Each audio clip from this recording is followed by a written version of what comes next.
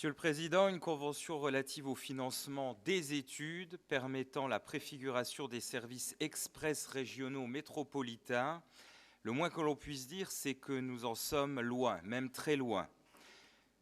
Du concret, en signant un document administratif encadrant le volet financier de la réflexion, nous sommes à l'étape -4 avant le réel. Personne ici ne peut dire ni quand ils seront opérationnels, ni s'ils changeront vraiment le quotidien des usagers.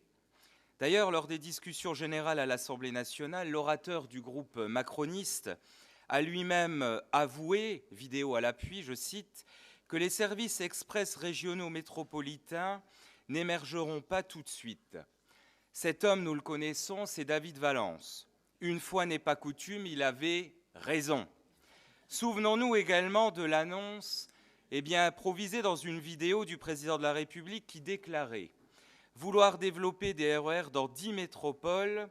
Elle avait obligé le gouvernement à ramer pour assurer le service après-vente car rien n'était prêt. Elle peut même créer une forme d'inquiétude quant au risque qu'elles aboutissent à une métropolisation extrême et à une réduction des dessertes rurales. C'est l'un des dangers que nous pointons.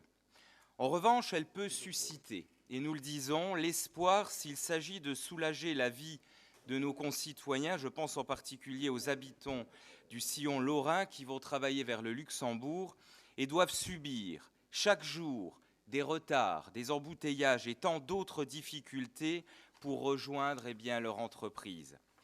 J'y vois aussi une chance pour que l'on renonce au projet inutile et coûteux de l'A31 bis. Pourquoi imaginer une bretelle d'autoroute payante contournant Thionville au moment où l'on a une perspective de voir un train rapide relier la Moselle au Luxembourg? Ce projet d'A31 bis nuira au pouvoir d'achat de ceux qui emprunteront cette voie routière sans régler le problème des bouchons.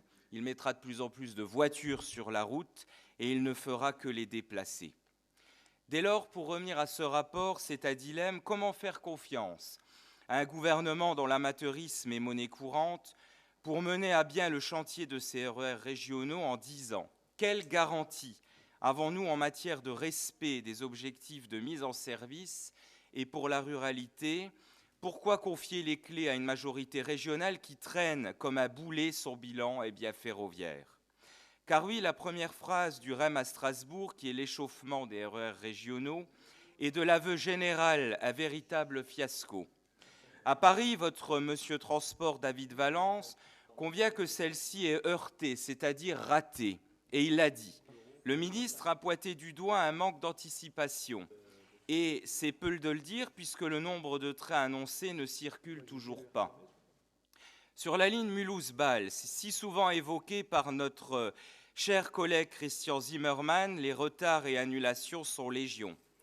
En réalité, c'est l'intégralité de votre copie en matière de transport qu'il faut revoir de toute urgence.